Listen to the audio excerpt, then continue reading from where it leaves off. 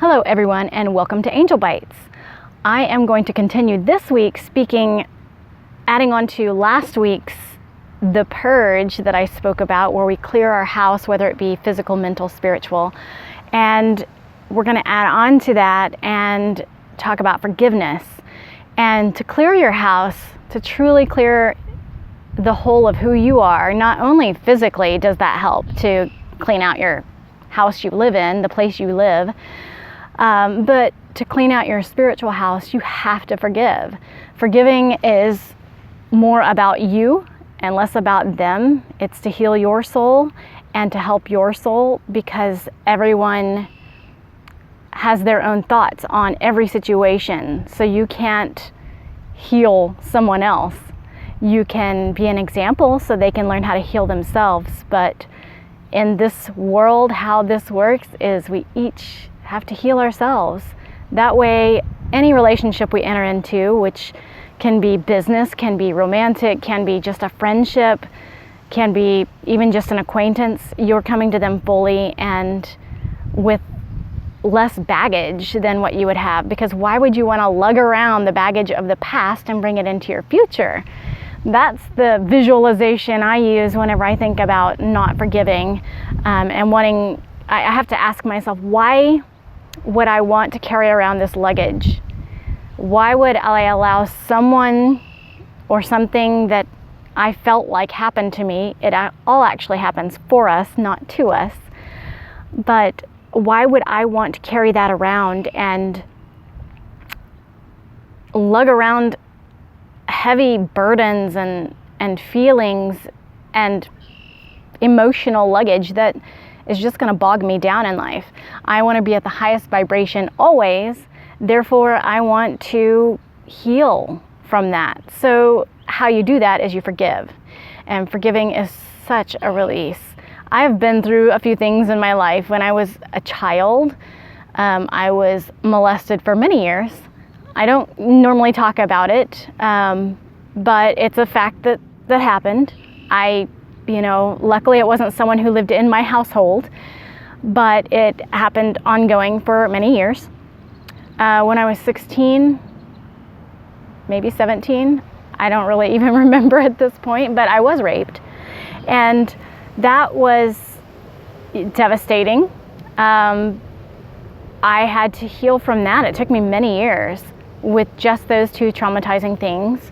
I had to ask myself, what did I do? And, so I had to do a lot of healing from those two situations.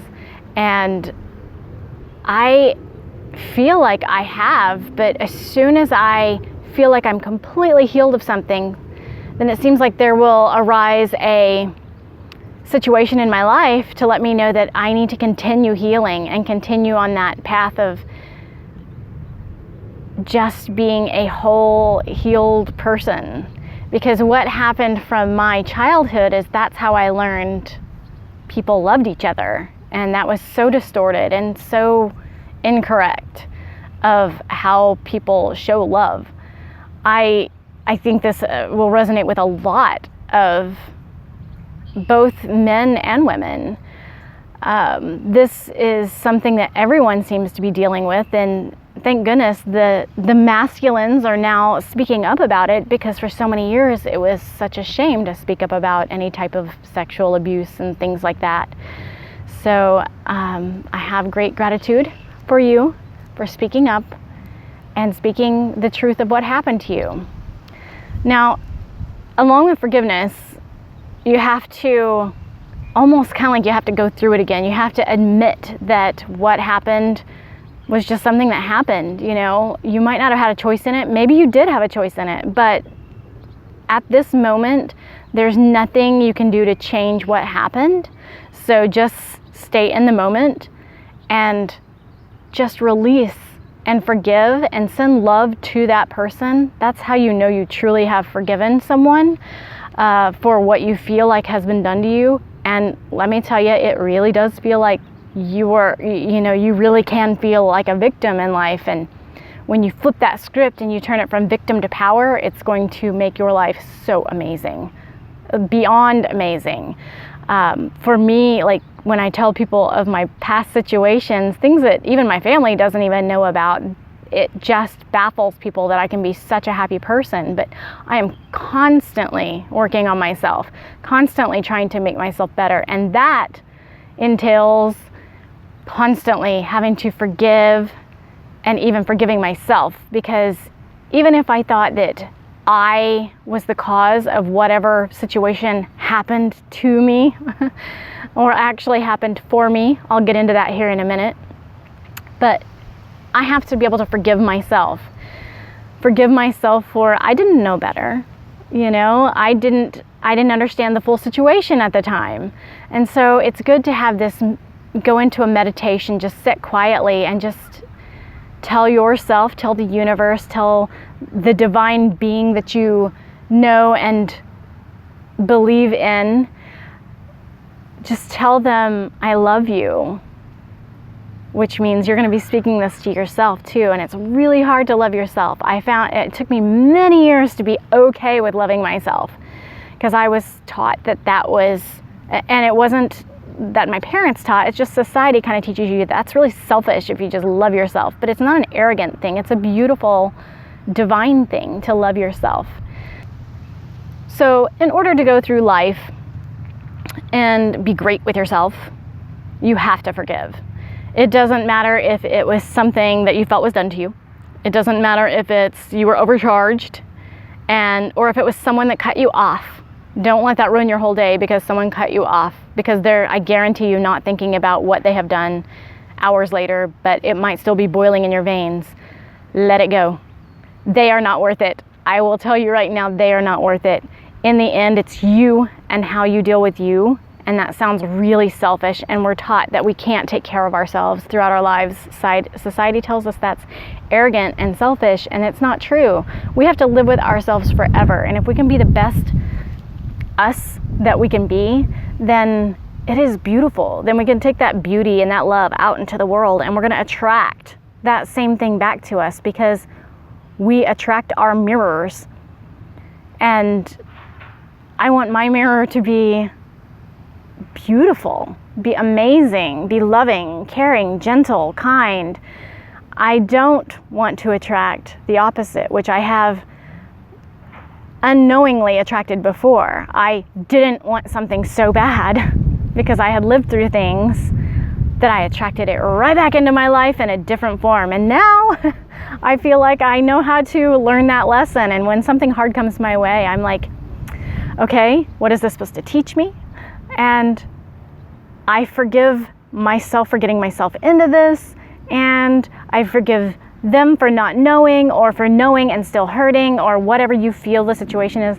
Just make sure that forgiveness happens, because forgiving is key in making your life going forward a happier life. Because you can have all the money in the world, you can have no money in the world, and I've lived on both sides of situations of living very well and living very frugal, and it all boils down to happiness, because happiness is key going through this life. It truly is. If you can be happy in the space that you're in, no matter what space you're in, then you will thrive. And if you thrive, people will be attracted to you in so many different ways, whether it be business, friendship, relationships, with love, just like romantic love, it doesn't matter. But you will attract what you're putting out there. You'll attract, there's a true statement of your vibe attracts your tribe. It is true. Because I have been on both sides of that. I've been very negative and wondered why negative people showed up in my life, and I've been very positive, and I've been very blessed to have amazing people showing up in my life that I would have never been able to just walk up to and start talking to. These are people that were brought into my life without anything I did. It's just the vibrations matched, and I have some very cool people that have entered my life. And with that, then people have faded out that didn't need to be in my life. So the first step to getting that vibe right is forgiveness. Forgive yourself first and foremost. And Forgive others for what you think might have been done to you, because they might not know your whole story and you don't know their whole story. You don't know all sides of it. And that makes a huge difference on how people treat you and how you treat other people. So that is a big thing. For me, forgiveness came a lot of meditation. It came in a lot of self-reflection, a lot of taking notes and diaries and just journaling in general about how I was feeling and why I was feeling what I felt. And this happened through many years, but it can go faster. And I think I'm going to put that technique in a book about how to heal your inner child, because healing that inner child from things that you've had done to you before this day, like before the present moment, that is your inner child. It's not only from when you were small, it's that vulnerable part of you that you feel has been done wrong in one way or another, or was innocent in whatever situation it is. It's healing that part of you, the part that doesn't understand why whatever it was happened. In conclusion, what I have to say is forgiveness will set you free. It sets your soul free. You are able to love again, to feel again, to have all the wonderful, beautiful innocence back again. It'll not be the same as what you knew before your situation happened, but it will definitely improve who you are, and that you don't let someone control who and what you are from day to day. Forgiveness sets you free.